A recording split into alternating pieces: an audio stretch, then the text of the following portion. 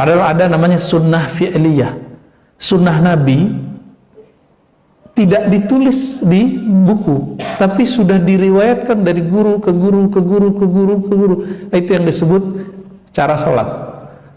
Ada sunnah membaca Al-Quran, itu kan fi'liyah juga. Bagaimana cara menggerakkan bibir, itu kan nggak tertulis di kitab hadis, tertulisnya di kitab qiraat dan tajwid. Nah, ini contohnya. Jadi banyak sunnah-sunnah itu yang tidak kita temukan di kitab hadis, Pak. Sangat-sangat banyak.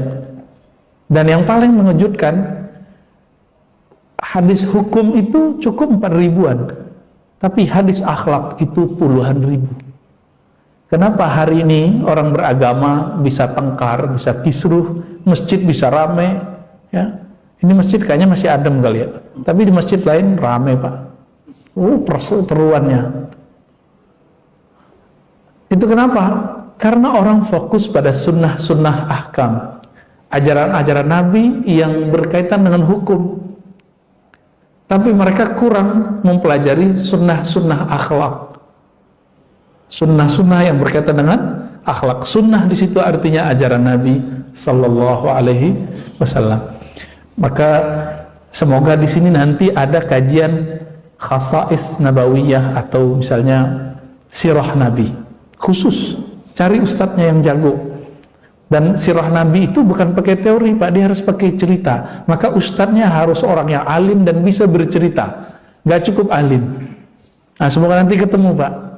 Banyak di sekitar UIN itu, sekitar Ciputat itu banyak ulama sebenarnya. Pamulang sana silakan dicari. Ternyata saya jadi orang Depok juga, Pak. Ya, tadinya orang situ, Cirende, pindah ke Pengasinan sono. Ya, Depok, tapi malah lebih dekat waktu di Cirende, Tangerang Selatan, ya. Gak kebayang tadinya. Di sini kita melihat masjid-masjid, apa yang membuat masjid-masjid ini kebanyakan berbeda faham antara jamaah, pengurus dengan pengurus. Ternyata ajaran akhlak Nabi jarang diekspos. Nah, kajian tentang akhlak Nabi ini porsinya harus lebih besar daripada kajian hukum. Itu sebabnya Nabi SAW mengatakan apa? Orang masuk surga itu dua sebabnya. Takwa di hati. Yang kedua husnul khuluq.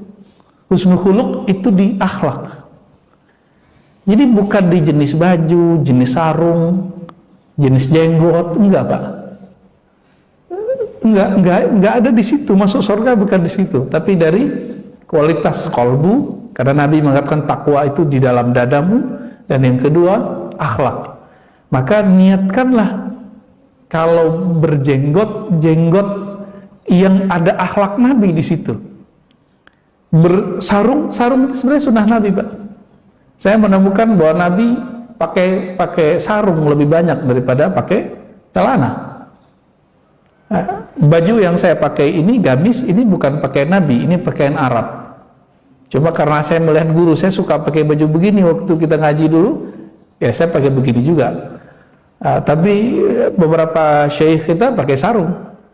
Cuma kalau pakai sarung mereka pakai jubah di luarnya. Tahu jubah itu ya, yang dipakai di luar. Wah, itu lebih cakep ya. Nah, kita ketika mengamalkan ini, niatnya bukan untuk menghakimi orang, tapi untuk menghakimi diri sendiri. Jadi ketika belajar, jangan belajar diniatkan untuk mencari hujjah, mencari argumentasi dalam berdebat, tapi karena ingin meluruskan hati. Dan yang paling menyedihkan apa, Bapak Ibu yang bahkan Allah, beberapa jamaah itu dia simpatik dengan seorang ustadz karena si ustadz sepaham sama dia. Loh, kenapa si ustadz harus ngikutin paham dia? Yang benar murid ikut guru atau guru ikut murid? Nah, giliran si ustadz ini sudah beda paham sama dia, dia bilang, itu ustadz nggak benar. Jadi mulai kemudian menghakimi guru, dan ini menyedihkan sekali. Tapi di sisi lain, para guru, para ustadz, para mu'alim ini juga punya PR besar. Banyakkah input ilmunya sehingga outputnya juga besar? Nah, ini PR para ustadz, ya, ngajak menjelaskan filosofi tentang turunnya ayat pertama Iqra, baca, dia kurang baca. Alhamdulillah beberapa tahun yang lalu saya diizinkan Allah menjadi trainer dai untuk dikirim ke luar negeri, Pak. dengan satu lembaga non-profit ya. Apa hasil survei kita? Kita survei langsung aja. Minat baca para ustadz minus, bukan plus Pak. Jadi kalau Indonesia karena tidak berkembang nih ya, pertumbuhan ekonominya nggak ada, kita sebut resesi. Itu mereka sudah resesi Pak. Akhirnya ya mohon maaf, apa yang menjadi output dari seorang muallim yang akan bisa menginput murid-muridnya itu tidak terjadi. Bapak mengalami kebosanan ngaji, kok ngaji bosen ya? Nah, itu sebabnya. Baik, ini sekedar refleksi kegalauan saya melihat perkembangan masjid dan tempat-tempat dakwah. Semoga ini bisa dipahami oleh pengurus ya. Baik, Bismillahirrahmanirrahim. Kita mengkaji tentang Muhammadun qabla al-bi'atsah, begitu bahasa Arabnya. Nabi Muhammad SAW sebelum dibangkitkan. Saya tidak mau mengulang-ulang repetasi kajian-kajian karena ini bisa Bapak lihat di kajian YouTube beberapa hari ini. Saya ambil kisah yang lain saja dari sisi lain. Saya yakin bahwa Bapak bagus teredukasi dengan baik. Mungkin ada yang basicnya ilmu sosial, eksak segala macam. Sekarang kita coba lihat dari sekian banyak negeri yang bagus-bagus, yang subur, peradaban yang tinggi, kenapa negeri yang dipilih oleh Allah adalah negeri Makkah? Orang Arab, penyembah berhala, negeri bebatuan, tidak ada pohon di situ. Kenapa? Nah, disinilah kemudian muncul dua tokoh ulama kita. Pertama Syekh Abdul Hasan An-Nadawi, punya kitab judulnya Sirah Nabawiyah. Saya tidak tahu ini sudah diterjemah atau belum. Beliau ahli sejarah, mengerti geografi, paham sosiologi. Orang kalau begini baca hadis Nabi, itu menarik. Dia mengerti, oh ini rahasianya kenapa Nabi dikeluarkan dari Arab, bukan dari Indonesia yang subur. Bukan dari puncak Pak. Kalau di puncak pagi-pagi Nabi ngopi kayaknya ya. Duduk santai gitu, terus kedinginan, minum teh, kan enak tuh. Ternyata enggak. Supaya Nabi itu tahan banting, maka ditaruhlah di tempat yang paling susah di dunia. Jika masuk nanti ke negeri yang mudah seperti kita, yang santai, orang kita kan santai semua. Saking santainya, kita ini ya, hidup begitu aja, pergerakannya pelan. Tapi untuk menghancurkan negeri seperti kita juga susah. Karena negeri yang pelan itu imunnya kuat Pak. Tapi yang cepat berubah, cepat juga hancurnya. Nah ini kelebihan kita. Kenapa nggak di Indonesia? Karena kalau di Indonesia, nanti kalau Islam masuk ke negeri-negeri kayak negeri-negeri subtropis, itu nggak akan bisa jadi berkembang. Ya. Mazhab di Indonesia yang paling cocok ya dua mazhab itulah, Syafi'i, Hanbali. Tapi Bapak kalau pergi ke negara subtropis yang di Eropa, itu nggak cocok Pak, kadang-kadang. Mazhab Syafi'inya harus direvisi dulu. Tetap mazhab Syafi'i tapi direvisi. Bapak kalau ke Eropa, coba aja lihat, pasti teman-teman kita Turki yang jualan kebab tuh ya, Hanafi, terus Maliki, dua itu. Ada rahasia sebenarnya. Baik, Allah Ta'ala memilih negeri yang tandus, penuh bebatuan, cuma ada satu sumber di situ, yaitu sumber mata air yang disebut air Zam-Zam. Ini kalau nggak dilihat dari sisi ekonomi dan geografi saat itu, kita nggak paham nih kenapa. Setelah diteliti oleh para ahli ekonomi, dulu sumber-sumber mata pencarian itu akan terbentuk kalau ada sumber mata air. Itu teorinya. Jadi ada namanya water theory ya, jadi teori tentang air. Di mana ada air, maka di situ akan ada aktivitas ekonomi. Kenapa? Ini bukan Bogor, bukan Depok, bukan Tangsel, bukan Jakarta. Ini apa? Arab, tandus. Yang mereka cari apa? Air. Kita aja di sini sekarang udah mulai krisis loh Pak. Hati-hati. Saya mau nakut-nakutin dikit. Setiap rumah kita udah pakai air galon. kita nggak usah sebut mereknya. Bener nggak? Ini krisis tuh udah Pak. Saya nggak nyuruh Bapak berhenti beli galon ya, karena kasihan juga teman-teman kita jualan galon. Demo Prancis itu air yang Bapak minum tuh merek Prancis semua, ya. Boykot noh, ya. Boykot itu minum air sumur, air pump tuh. Tapi masalahnya air PDAM kita kualitasnya juga nggak bagus. Ini kita cek ya, kita taruh air dari pagi sampai sore udah lumutan Pak. PAM Depok itu, ya. PDAM Depok, semoga kedengeran sama mereka ya. Apa masalahnya itu? Katanya boleh diminum. Kalau begini kan bahaya, nanti mineralnya banyak ya. Kalau nggak tahu lah apa namanya, saya nggak pakar air. Tapi di tengah negeri yang tandus, padang pasir, ya bukit-bukit batu, tahu-tahu di lembah situ ada air. Maka mulailah dulu saya nggak menceritakan kisah Nabi Ibrahim dan Sayyidah Hajar ya, itu kita udah tahu semua lah. Dimulai dari klan mereka, ya, Ismail kemudian hidup dengan ibunya. Lalu orang yang bersafar, kafilah-kafilah itu kemudian tinggal di sana sejenak. Tapi karena orang Arab itu mencari air yang tidak ada habisnya, lama-lama mereka bilang, kita nggak usah pindah di sini aja. Ngobrol ke tuan rumah Ismail.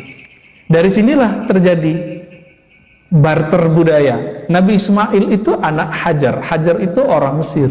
Nabi Ismail ayahnya Nabi Ibrahim. Nabi Ibrahim bukan Yahudi, bukan Nasrani, bukan Arab, bukan Persia, tapi Babilonia.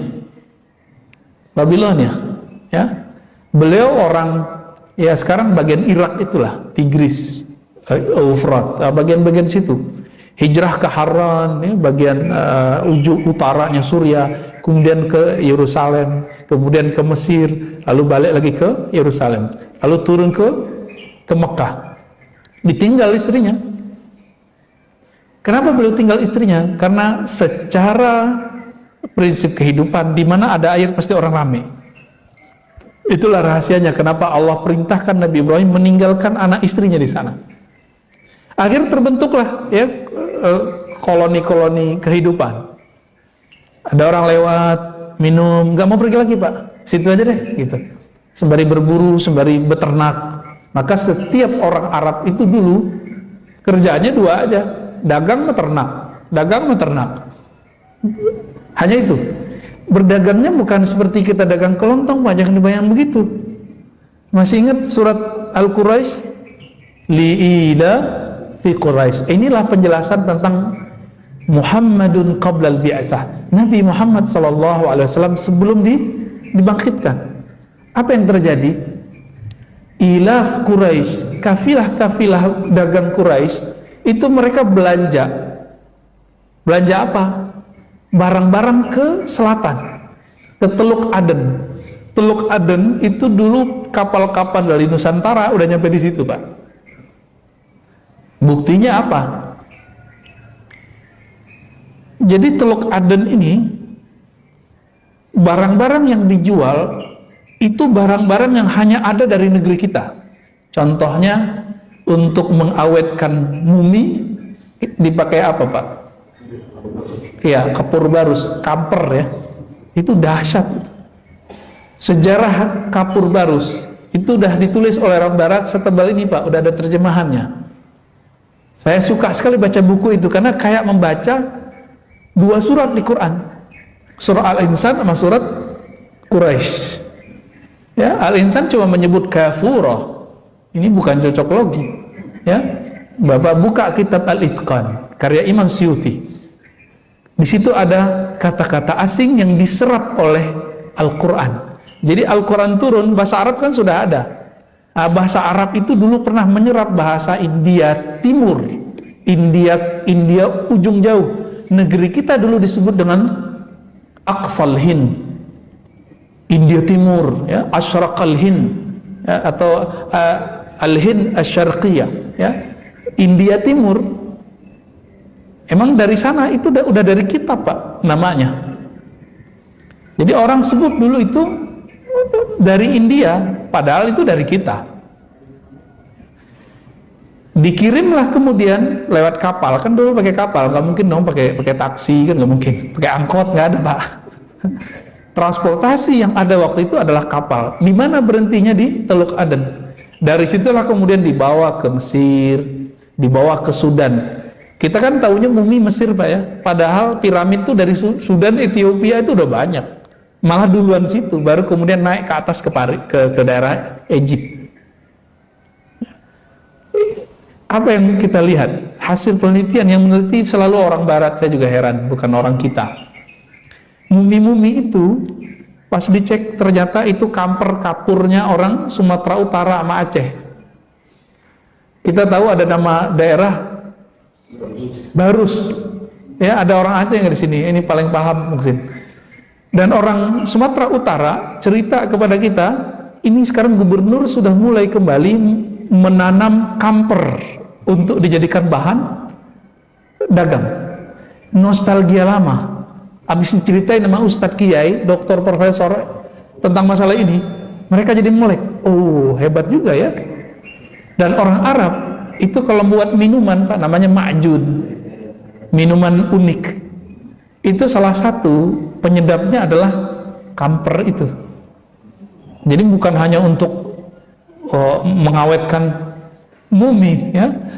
Dan yang paling mengagetkan ketika dibuka beberapa sinagog di Syam, negeri Syam. Syam itu 4 negara ya, yang sedang konflik sekarang, mulai dari Yerusalem, Palestina, Lebanon, Yordan, Suriah. Itu di situ banyak sinagog. Kenapa? Kalau orang Yahudi kan dulu di sana. Gereja ataupun sinagog dulu punya tempat khusus, ada perpus, ada ruang menyimpan benda-benda berharga. Ketika dibuka peti-peti berharga, bukan emas Pak di dalamnya, tapi ketemu cengkeh. Cengkeh cuma tumbuh di Ambon Pak dulu. Ajib gak tuh? Nyampe ke negeri Arab subtropis, yaitu daerah Suriah, Syam, ya, daerah Lebanon dan Palestina. Ini membuat kemudian teori-teori yang berkembang liar kemana-mana, cuma karena ada kaidahnya bisa disambungkan. Berarti sebelum Nabi Muhammad lahir, Mekah itu jalur sutra sebenarnya. Kenapa? Setiap kafilah dagang yang belanja di selatan Yaman, ini saya lupa bawa slide-nya Pak, itu ada petanya, enak kalau dilihat. Jadi mereka turun ke bawah, setiap musim tertentu mereka naik. Fisyita iwas saif, musim dingin mereka kemudian ke bawah, karena setiap ke bawah itu musim dinginnya nggak terlalu dingin ya. Lalu musim panas mereka belanja ke atas. Makanya orang Arab itu pada seneng Pak nikahi orang-orang Syam, karena musim panas ke sana. Panasnya mereka kan nggak panas, panasnya mereka nggak panas Pak. Baik. Dari sini baru sisi ekonomi saya cerita ya. Sisi ekonomi saya cerita bahwa Mekah itu bukan negeri hamparan kosong, tapi itu jalur sutra luar biasa. Orang-orang kafilah-kafilah pedagang itu dulu minimal mampir di sana. Nah, orang Arab Quraisy khususnya, mereka bertugas menjaga Mekah, Ka'bah. Mereka punya 2 pekerjaan besar tadi, berdagang terus beternak. Di musim berdagang mereka beli barang kemudian jual kemana? Tadi ke Syam, dan itu prosesnya panjang. Jadi orang Arab itu di kampungnya nggak lama. Itu sebabnya kenapa ayahnya Nabi meninggalnya bukan di Madinah. Itu Pak sebabnya. Meninggal di mana ayah Nabi sallallahu alaihi wasallam? Di luar kota, bukan di luar Mekah, nggak di Madinah juga, nggak di Mekah juga, di luar itu. Itu adalah perjalanan bisnisnya. Mereka biasa berbisnis. Nah, maka sampai sekarang kalau kita ingat Arab, yang kita ingat apa? Tanah Abang, ya kan, Condet. Tapi beda Pak. Kalau Kuitang tuh banyak yang alim-alim tuh ya. Kalibata tuh ada yang pedagang, ada yang ulama. Kalau Bapak pergi ke daerah Palu, itu habaib adalah orang-orang pendidik, jarang yang pedagang. Sampai mereka marah ke saya, ketika saya tanya, nggak ada yang jual ini ya, saya candain ya, nggak ada yang jual parfum. Dia kayak kesel, ente ini ya, kita ini beda sama Arab sono katanya. Saya nggak tahu maksudnya Arab sono itu mana ya. Jadi sama mereka juga ada perasaan-perasaan begitu. Bagi kita nggak masalah sih mau Arab jualan, mau jadi ulama, yang penting jadi orang bener. Nah, kita nggak boleh rasis karena agama kita bahasa Arab turunnya. Tapi nggak boleh juga kemudian mengarabkan negeri ini, mengislamkan negeri ini wajib. Tapi mengarabkan nggak, karena Arab beda zaman, itu beda budaya. Seperti model baju tadi, ya beda zaman dan beda budaya. Bapak kalau mau lihat tradisi Nabi, itu masih banyak di kalangan ulama Yaman. Ulama Yaman, Tarim. Nah, itu yang dibawa oleh habaib itu masih banyak yang mirip. Ya. Lalu orang-orang Arab yang strategis ini di kota Mekah, muncul pertanyaan, berarti Arabnya Mekah bukan Arab asli. Benar kan itu? Coba lihat Pak tadi, Ismail anak mana? Anak Siti Hajar, orang Mesir. Ibrahim, Nabi Ibrahim, Babilonia. Bukan Yahudi, bukan Nasrani, bukan Arab. Makanya ketika orang memperebutkan Abraham atau Ibrahim atau Abram, itu nama Ibreunya itu. Bukan mereka merubah nama Ibrahim, Pak. Emang dalam bahasa Ibrani, orang nyebutnya Abram atau Abraham. Bahkan ibunya Nabi itu mengetahui anaknya itu bakal jadi Nabi. Apa kata beliau? Bu'ista rasulan, ya. Hai anakku, engkau akan diutus sebagai rasul mengikuti agama Abrahama, atau Ibrahama. Jadi Aminah masih menyebut Abraham atau Ibrahim, masih nyebut begitu. Jadi itu bukan pemutaran ini. Yang ditukar oleh sebagian ahli kitab bukan di nama, tapi diisi ajarannya. Nah, ini perlu diluruskan ya. Kita kadang orang awam mikir, wah itu udah dirubah tuh. Justru kita dituduh merubah. Karena dalam bahasa aslinya Ibrahim tidak ada, yang ada Abraham. Lalu Arab asli di mana? Itu pertanyaannya. Condet Pak. Ya, itu mah perantauan semua Pak. Arab asli yang di jazirah, yang kita sebut jazirah Arab Peninsula itu yang mana? Ternyata Arab yang asli itu ada di Yaman Pak. Dan yang paling tua itu negeri Sabak, tempatnya Sayyidah Bilqis, ya. Bilqis itu Arab asli. Dan sampai sekarang ada satu kampung di Yaman masih ngomong bahasa Arab Sabak. Dan itu kalau saya alhamdulillah bisa ngomong bahasa Arab, ya. Alhamdulillah, ngajar seharian penuh bisa bahasa Arab. Tapi kalau dengerin orang Sabak ngomong saya nggak ngerti. Ya, nggak ngerti sama sekali. Di situ kita ngerasa bodoh lagi. Banyak juga yang aku nggak tahu nih ya. Apalagi kalau Arab sudah bahasa lokalnya ya.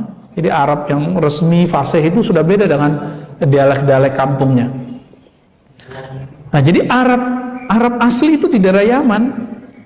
Jadi Arabnya Nabi disebut Arab Musta'rab. Apa sebutannya? Arab Musta'rab ya. Apa yang disebut Musta'rab?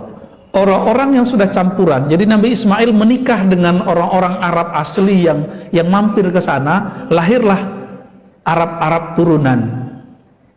Jadi Nabi Muhammad SAW sudah turunan, udah keturunan campur, ya. Nah, ini kita ini kan banyak yang sudah campur-campur nih, bener nggak? Apalagi menikahnya udah beda suku, udah mix.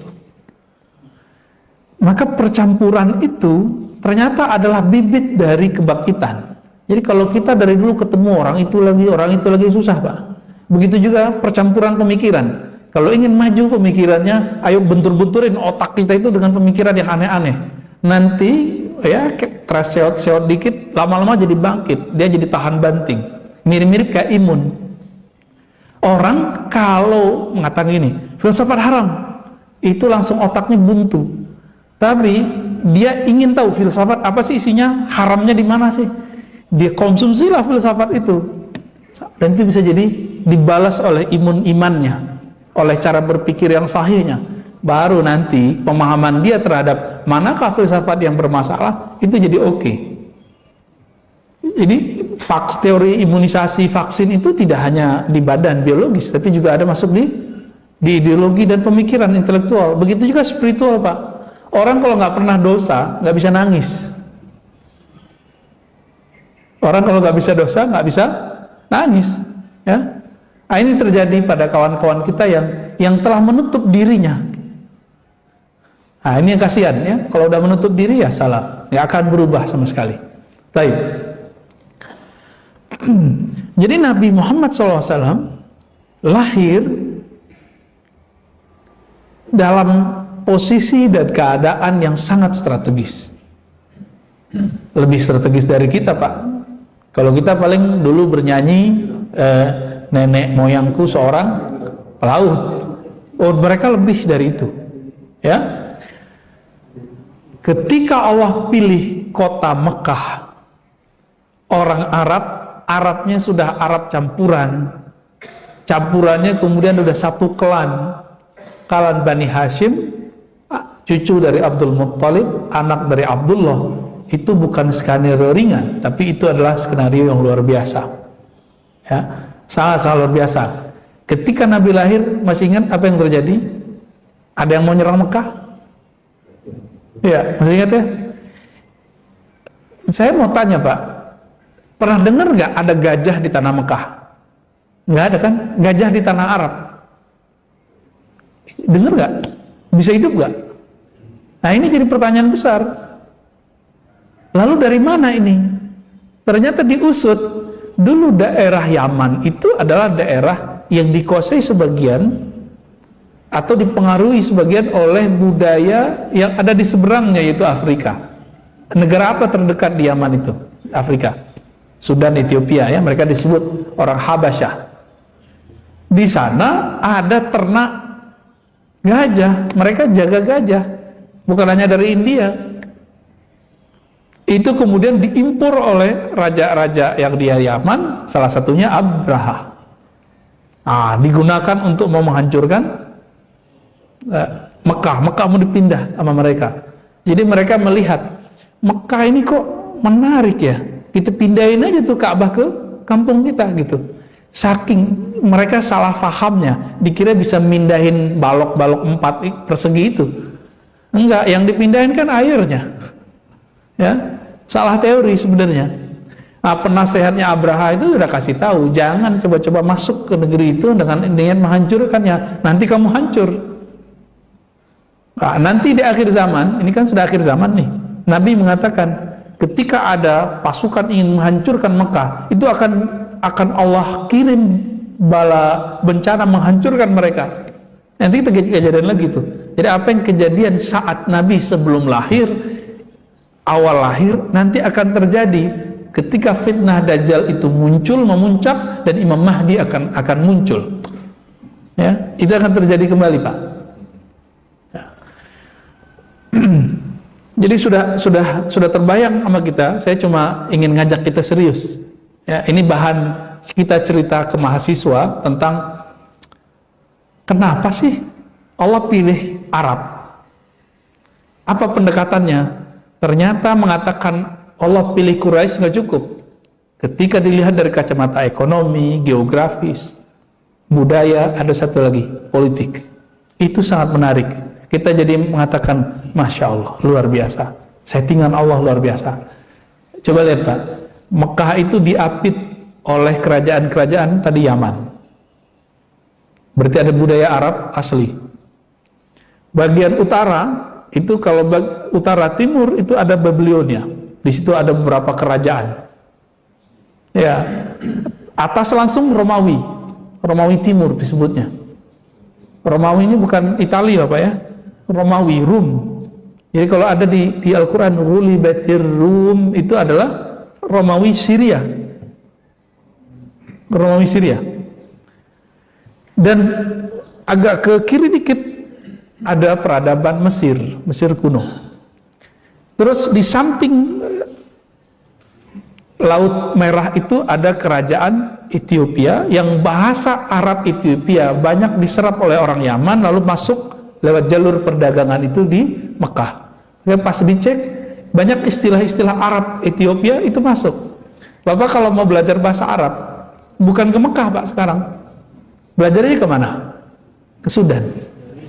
Ya, salah satu dosen saya dulu Pak Sayuti Nasution, ya, almarhum, suami dari ahli tafsir Indonesia, doktor tafsir pertama di Al-Azhar, Dr. Faizah, ya, orang cerdas aja itu, orang Betawi sini Pak. Suaminya orang Mandailing, ya, Sumatera Utara. Itu ngambil bahasa Arabnya di mana? Di Sudan. Ustadz yang masyhur sekarang ngambil S3-nya di mana? Sudan juga, walaupun hadis, ya. Atau sebenarnya itu negeri bahasa sebenarnya itu. Mereka kalau ngomong Arab lebih fasih daripada wilayah-wilayah lain. Jelas. Fasih itu bahasa Arab artinya jelas. Itu maknanya. Itu peradaban politik, secara politik seperti itu.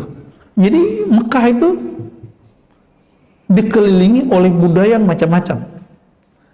Maka Arthur Jeffrey, seorang orientalis, mereka menyebut dirinya belakangan bukan orientalis, ya, revisionis, pengkaji Islam gitu, dari Australia, kemudian pernah tinggal di Mesir, lalu menjadi guru-guru besar di Eropa. Ini menulis tentang kata-kata asing yang ada di dalam Al-Quran, yang diserap oleh Quran. Di situ dia kemudian menghubungkannya dengan teori politik, budaya, bahwa Mekah ini diapit oleh banyak hal, salah satunya kerajaan-kerajaan itu, ya. Berdasarkan ini, Bapak Ibu Saudara bukan Allah, kita mulai menyadari, ternyata Arabnya Nabi itu bukan seperti Arab yang kita bayangkan sekarang. Itu negeri luar biasa. Diceritakan Abraha ingin memperebutkan, itu hanya salah satu contoh bahwa negeri ini hendak diperebutkan. Ini salah satu muqaddimah dalam memahami kok seorang Nabi Muhammad SAW yang dipilih. Kira-kira seperti itu. Nabi Muhammad punya ayah Sayyid Abdullah punya ayah Abdul Muttalib, punya ayah, siapa nama ayahnya? Abdul Manaf, ya, Hashim dulu, ya, bin Hashim bin Abdul Manaf bin Qusay, terus ke atas Adnan. Maka orang Arab itu disebut Adnani, Bani Adnan. Maka salah satu nama Nabi adalah walad Adnan. Abdul Muttalib itu adalah orang yang berdoa, naik beliau ke atas gunung, bukit-bukit yang ada di sekitar Ka'bah itu. Ketika Abraha masuk mau menyerang, beliau berdoa, Ya Rabbal Bait, Ya Allah yang memuliakan negeri Mekah. Meskipun Abdul Muttalib tidak sanggup menghadang budaya syirik yang sudah diserap oleh para pedagang. Di sini juga nih jahiliyah kalau diterjemahin apa Pak? Kebodohan Arab pranabi. Mereka itu waktu datang ke daerah Suria, itu di pasar-pasar Suria ada tempat-tempat ibadah menyembah berhala. Karena yang nyembah berhala itu wong kaya gitu, ya, orang kaya bukan main. Akhirnya dia mikir, kalau mau kaya, mau keren, kita sembah berhala gitu Pak. Abdul Muttalib nggak masuk karena kita udah teliti, kakek-kakek, ayah-ayah Nabi itu nggak ada satupun yang musyrik. Satupun nggak ada yang musyrik. Di zaman tidak ada Nabi, mereka nggak musyrik. Kecuali oleh orang Syiah. Bagi orang Syiah, Abdul Muttalib itu Nabi, Pak. Ini bocoran aja, ya. Bagi kita enggak. Kita hanya mengatakan mereka agamanya Hanif. Hanif itu artinya tidak menyekutukan Allah di saat tidak ada para Nabi. Dakwahnya nggak nyampe ke sana. Saya mulai paham itu ketika membaca kisah Salman. Bapak, saudara yang melakukan Allah, Salman itu ketemu Nabi umurnya udah berapa Pak? Ya. Imam Zahabi sebutkan dua riwayat, 350 tahun sama 250 tahun. Mungkin nggak tuh? Mungkin aja, ya. Saya punya guru qiraat meninggal umur 150 Pak. Kakek guru kita. Jadi guru saya punya guru, gurunya ini punya ayah. Ayahnya umurnya 150 tahun baru meninggal. Orang Sumatera sana. Saya pikir-pikir, oh mungkin juga ya. Salman Al-Farisi, Salman orang Persia. Persia Iran sekarang. Iran sekarang itu kita sebut Persia. Ternyata dulu adalah anak Kiai Majusi. Majusi nyembah apa? Api. Ya, bukan main mercon terus jadi Majusi, enggak Pak ya. Kalau ada orang tahun baru main api, dia mengikuti budaya yang enggak bener, tapi dia enggak akan jadi Majusi. Ya, orang main trompet enggak akan menjadi Kristen atau Yahudi. Karena untuk masuk Kristen, lahir itu harus dibaptis dulu.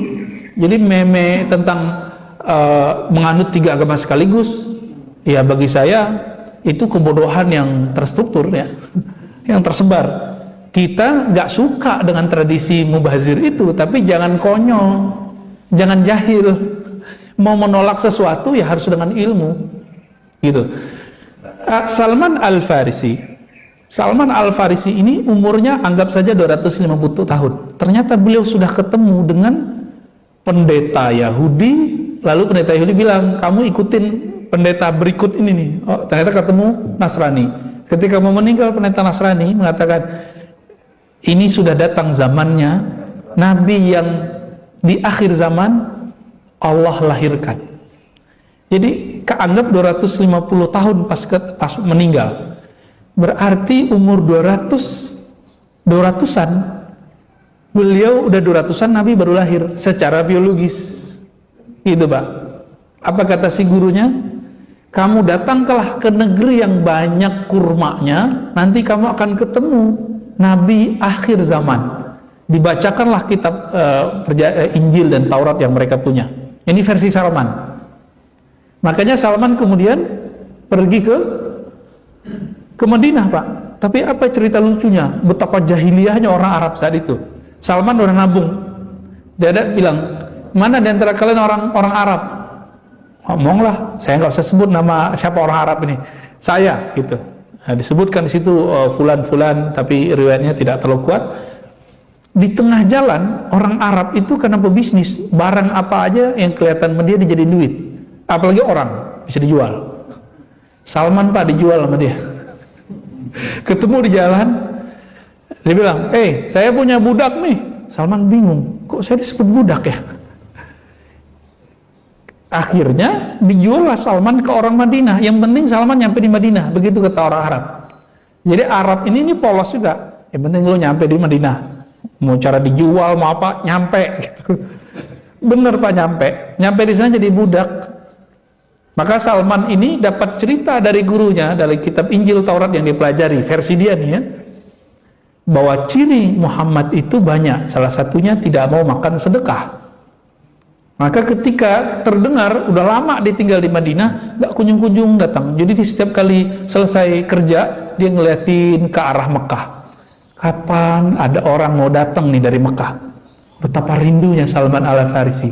Gak tahan hatinya untuk ingin ketemu Rasulullah Sallallahu Alaihi Wasallam. Salman Al-Farisi, gak kuat kita Pak. Betapa beliau menunggu ratusan tahun ingin ketemu Nabi. Dijadiin budak oleh Arab jahiliyah, bayangin coba. Tapi nyampe. Ketika dia mendengar ada Muhammad bin Abdullah sampai di kota Mekah, sampai di kota Madinah, maka dia buatlah lalakon. Apa lalakon beliau? Ayo cari makanan, kasih ke Muhammad, kasih tahu ke dia, ini sedekah buatmu hai Muhammad. Langsung Nabi kasih ke Abu Bakar, Abu Bakar makan. Dimakan Abu Bakar. Wah, lolos satu hal. Pekan depan beliau nabung. Budak nggak bisa punya duit. Belilah roti, dibawa ke sana. Hai Muhammad, aku ada hadiah untukmu. Langsung dimakan oleh Rasulullah Sallallahu Alaihi Wasallam. Selesai makan, itu beliau terharu ya. Wah, hadiahku dimakan. Benar nih ketemu orangnya. Jadi beliau nggak nguji dengan pertanyaan, ngujinya dengan ini. Ini sopannya Salman Al-Farisi. Sopannya Salman Al-Farisi. Betapa girang hatinya, dia kemudian menjabat tangan Nabi. Ya Muhammad, asyhadu annaka Rasulullah sallallahu alaihi wasallam. Aku bersaksi engkaulah Rasulullah. Kalau dia sudah la ilaha illallah, tinggal Muhammadur Rasulullah. Saya nggak bisa bayangkan saat itu bagaimana terharunya Salman Al-Farisi. Sangat-sangat terharu. Salman itu menyaksikan pra-nubuwat, pra-bi'atsah kerasulan sallallahu alaihi wasallam. Maka dengan ini Bapak Ibu Saudara Allah, kebayang sudah jahiliyahnya Arab. Apa aja barang dijual sama dia, orang aja dijual, ya. Tapi justru Nabi mengatakan kemudian, Salman minna ahlul bait. Salman dari kami, Salman adalah ahlul baitku. Nabi menyebut ahlul bait artinya kan keluarga. Keluarga. Biasanya Ali, Fatimah, Hasan, Husain itu biasa. Tapi sekarang yang disebut adalah Salman Al-Farisi radhiyallahu ta'ala anhu. Ternyata kekeluargaan itu ada dua. Ada kekeluargaan rohani, ada kekeluargaan jasmani. Keturunan Nabi, tapi akhlak nggak akhlak Nabi, keputus. Yang mutus langsung Fatimah. Ya. Kita bukan keturunan Nabi Muhammad, tapi kita ambil akhlak Nabi Muhammad. Insya Allah kita termasuk rohaninya rohani para habib, meskipun fisiknya bukan fisik para habib. Kira-kira itu beberapa sharing saya tentang masa sebelum pra kerasulan dan kenapa Allah pilih negeri ini, negeri tersebut sebagai negeri para rasul, negeri rasul dan para sahabat mulia. Di situ ada yang mau didiskusikan, Pak? Mau ditanyakan? Ya. Ini nggak ada yang tidur nih, ada yang tidur ya? Kalau kita nggak ada ngelucu-ngelucunya loh Pak ya. Ya. Ya, yang tidur anak saya malah Pak. Kita ketemu guru yang sangat menguasai ilmunya. Silakan bapak-bapak jika ada yang ingin ditanyakan. Ya, silakan Pak. Waalaikumsalam warahmatullahi. Saya cuma mau tanya tentang merah posisi kita muslim di Indonesia dengan sejarah Nabi itu kira-kira seperti apa sekarang sama ke depannya seperti apa? Masya Allah. Ada beberapa analis justru ya, Islam tidak akan jadinya 2 kali tempat yang sama. Salah satunya mungkin ada yang memprediksi Indonesia. Iya, iya. Lihat sekarang ini kondisinya kayak udah kebalik ya. Iya, iya. Bapak coba lihat. Mungkin Bapak sudah melihat beberapa negara ya, mungkin beruntung bisa jalan kemana-mana. Bahkan Bapak kalau lihat ke Arab, di Arab sendiri sekarang itu pusat-pusat kajian keislaman nggak banyak, tapi orang Arab itu yang alimnya berlipat-lipat, tapi nggak banyak. Saya punya guru orang Libanon, Syekh Amin Salim Al-Kurdi, itu bilang kami nggak punya pesantren di Libanon. Itu negeri Arab loh Pak. Tapi mereka punya gereja-gereja, lembaga-lembaga seminari Kristen banyak sekali. Jadi Lebanon itu negara Arab yang paling kuat agama selain Arab, agama selain Muslimnya, selain Islamnya. Arab Saudi, apa coba lihat. Dulu Mekah Madinah itu pusat 4 mazhab. Tapi sekarang mazhab udah dilarang, yang ada cuma 1 aliran. Terus kemana pindah mazhab itu? Dulu di Jabal Abi Kubais itu orang latihan rohani, Pak, latihan zikir di sana. Muncullah aliran-aliran tazkiyatun nufus atau tasawuf atau tarekat. Sekarang dianggap musyrik di sana. Terus kemana pindahnya? Gitu. Terakhir ada sekolah yang masih mempertahankan kajian Islam dikuasai oleh negara Saudi sekarang, namanya Saulatiyah. Tapi beberapa tahun ini sudah dirubah paksa kurikulumnya oleh pemerintah. Itu terakhir pertahanan ahli sunnah yang moderat di kota Mekah. Udah nggak ada lagi Pak. Akhirnya sekarang guru-guru kita di sana itu kalau ngajar kitab akidah aja, kitab fikih, covernya cover yang sudah ditentukan dari pemerintah, tapi isi dalamnya sudah diganti supaya nggak ketahuan. Kalau ada sidak, kacau Pak, bisa masuk penjara. Terus kemana perginya?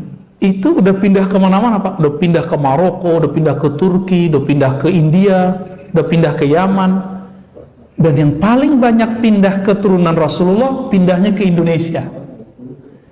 Makanya Al-Habib Omar dan Habib-Habib yang datang ke Indonesia, mereka kaget, kok buyut-buyutnya, kakak buyutnya itu banyak yang dikubur di sini. Ya, saya tanpa sengaja 2 tahun sebelumnya itu mengunjungi mahasiswa saya yang buka kajian zikir di sana, terus kita kasih dia otoritas lah untuk membuka kajian zikir, kita namanya ijazah, hafiz Quran. Lalu saya bilang, tolong temenin saya ziarah ya gitu. Pertama saya cuma niat ziarah ke satu tempat, mau melihat gimana sih sejarahnya. Kita kalau nggak melihat tempat kan nggak kebayang, nggak terimajinasi perkembangan Islam di sana. Tapi habis itu hati saya bergejolak, ini pasti ada pusat kuburan bersejarah di sini. Ternyata benar, zuriat Rasulullah yang tua-tua itu banyak dikubur di Palembang Pak dulu. Al-Habib Ahmad bin Idris Al-Idrisi, Masya Allah ya, itu banyak di sana, Palembang, lalu Betawi, lalu Pantura sampai ke Jepara, Demak, Tuban. Oh, Tuban ini lumayan banyak Pak. Maka kalau kita ke Tuban atau pesisir Pantura ini, muka orang Jawa itu bukan Jawa kayak di selatan, ngomong Jawa ya, tapi hidungnya hidung condet Pak ya, hidung orang Arab, ngomongnya sudah ngomong Jawa. Terus itu udah pindah ke sini. Quraisy Shihab ya, itu ulama besar, terlepas dari semua kontroversial beliau S1, S2, S3 di Mesir dan udah menguasai wilayah-wilayah sana, jadi udah kemana-mana. Apa kata beliau? Yang punya tradisi pesantren cuma orang Indonesia. Ya, ini di sini imam kita mungkin sudah punya pusat tahfiz kali, udah punya. Ya, silakan difasilitasi Pak. Ya, di mana-mana saya ngelihat, oh rumah tahfiz itu baru Quran, belum TPQ, belum lagi MDA, belum lagi yang serius mahat, udah dahsyat sekali. Dan di Indonesia bikin pesantren nggak perlu izin, cukup kesepakatan masyarakat, benar nggak?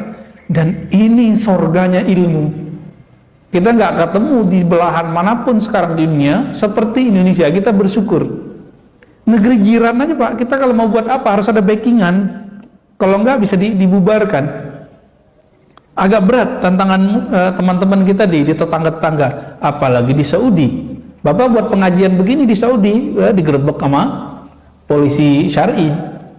Polisi syar'i tapi nggak nyar'i. Ya, dulu kejadian 2002. Sekolah perempuan kebakaran, orang Malaysia kan pakai cadar.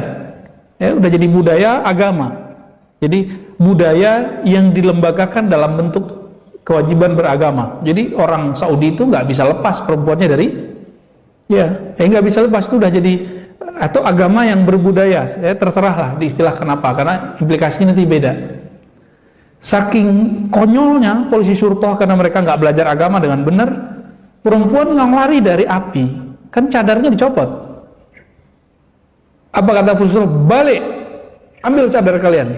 Balik Pak, masuk ke kelas, ada yang mati, ada yang kebakar. Konyol nggak tuh?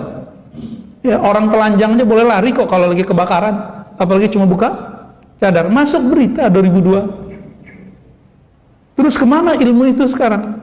Ilmu itu sudah banyak berkembang ke negara-negara luar, dan yang paling stabil adalah negeri kita. Alhamdulillah, negeri Nusantara inilah, Indonesia, Malaysia, Brunei, Singapura, ini paling stabil, alhamdulillah. Jadi secara populasi, nah ini saya kan bukan dukun juga bukan peramal Pak, tapi kita melihat dari indikator-indikator ini, kalau perangkat-perangkatnya sudah kuat, budaya sudah mendarah daging. Bapak datang ke Madura ini walaupun ada yang keras, ada yang Islami, ada enggak, tapi jangan coba-coba singgung Islam. Ketemu nih orang Madura nggak Islam Pak, nggak sholat, tapi jangan coba-coba singgung kiai, ya bisa digorok sama dia nanti. Apalagi sekarang kejadian orang buat karikatur Nabi, ya bisa kebayang. Tapi keturunan Rasulullah dari Yaman, Habib Omar, Habib Ali Al-Jufri menyarankan jangan main fisik, jangan emosi. Ya. Nah, kembali ke tadi Pak. Terus kita ke depan gimana nih? Nabi mengatakan Al-Mahdi minni min walidi Fatimah. Kebangkitan Islam akan dipimpin oleh Imam Mahdi. Mahdi itu kan yang dapat hidayah. Itu dari keturunanku, keturunan Fatimah. Dan keturunan Fatimah sekarang udah ngumpul banyak di negeri ini. Mungkin barangkali inilah pertanda baik. Kita nggak boleh memastikan, karena kita bukan Allah, kita bukan Rasulullah, nggak dapat wahyu. Barangkali inilah kesempatan besar untuk menyongsong kebangkitan itu. Nah, semoga nih Bapak ini termasuk orang-orang yang ikut dalam pergerakan ini nanti. Ya, kan kita nggak tahu nih, apakah Bapak ketemu zamannya atau nggak? Nggak tahu kan? Siapa tahu besok meninggal kan? Ini kalau dunia resesi, apa yang kejadian Pak nanti? Krisis ekonomi di mana-mana, tuah negara hilang, batas teritorial antar negara semu. Maka koloni-koloni besar yang ingin menguasai dunia ini akan memenuhi dunia dengan kezaliman. Mereka yang disebut tentara Dajjal. Dan Nabi mengatakan ciri-ciri Mahdi akan keluar. Imam Mahdi keluar, hadis sahih. Apabila bumi dipenuhi dengan kezaliman, maka tunggu Mahdi akan muncul membawa perdamaian dan keadilan. Kapan itu? Wallahu a'lam bishawab. Ya, kita serahkan ilmunya kepada Allah. Nah, kalau beliau sudah ada sekarang, kita nggak akan kenal dengan mudah, Pak. Kenapa? Nabi mengatakan yuslihullahu fi lailah. Nabi Muhammad saja Allah sembunyikan, Allah buat lalakon kepada Nabi Muhammad. Jadi tukang jaga ternak, pedagang, ya kan? Tinggal di tempat Halimah Sa'diyah. Itu semua lalakon semua, Pak. Supaya orang nggak kenal siapa namanya Muhammad, Rasulullah, calon Nabi. Begitu juga nanti Al-Mahdi itu. Mungkin ada di negeri kita, negeri mana, ya kelihatan sama orang. Sampai nanti Allah islah, baru ketahuan. Dan semoga negeri kita siap untuk menyambut itu. Ya. Ya, dan ini bukan cerita dongeng, hadis-hadisnya sahih. Ya, baik. Ada banyak pertanyaan di matanya. Nah, kita ringkas-ringkas saja Pak. Pertanyaan dikit, kita jawab dikit. Kira-kira apa Rasulullah menurunkan Muhammad di Arab? Sallallahu alaihi wasallam. Pakai bahasa Arab misalnya. Iya, pakai bahasa Arab ya. Yang kedua, kan Islam turun di Arab. Pasti tidak bisa memisahkan budaya. Bagaimana memisahkan budaya? Oke. Abu Jahal, Abu Lahab orang Arab kan? Tapi Nabi Muhammad gak ikut budaya Arabnya Abu Jahal.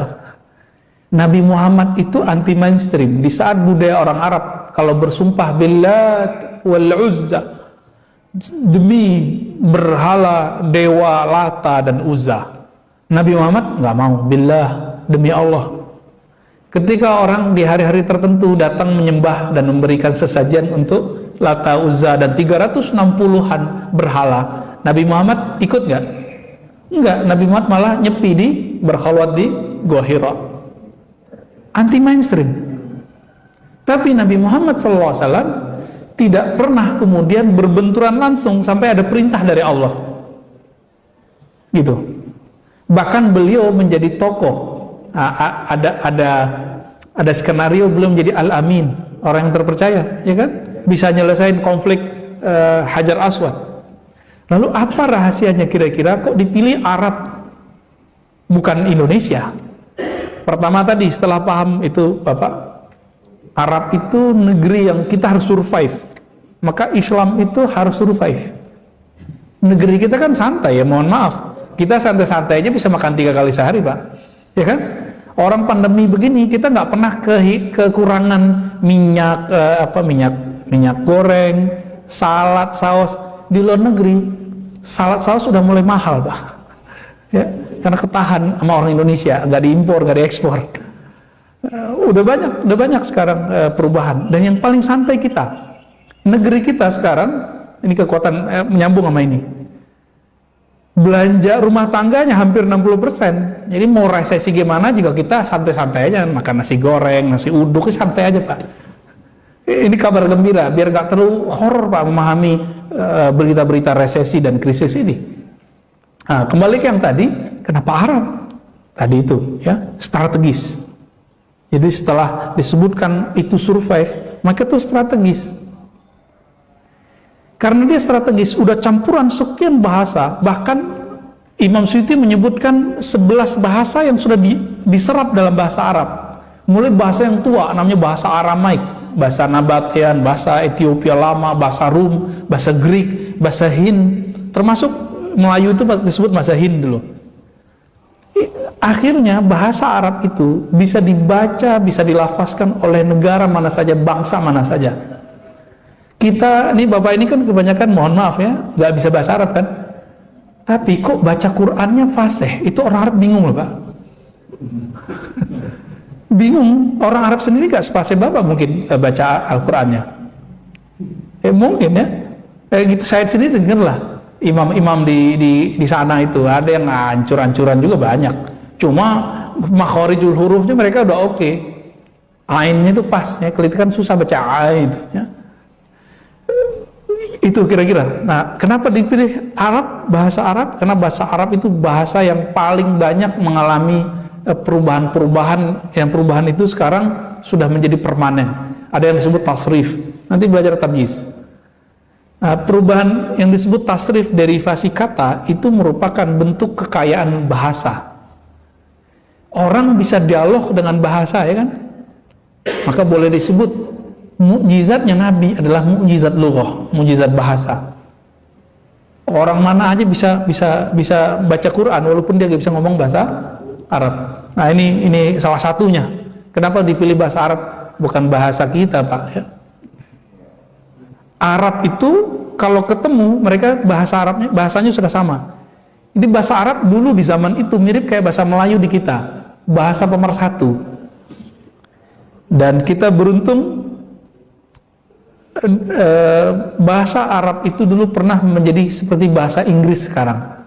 Bahasa Inggris itu bahasa internasional. Sekarang kan di PBB masih ya. Nah, tapi dulu orang kalau nulis tentang ilmu kedokteran itu nulis pakai bahasa Arab, walaupun dia Yahudi. Ibnu Maimun, murid Ibnu Rus, itu nulis filsafat dan kedokteran itu pakai bahasa Arab. Padahal dia bukan Islam.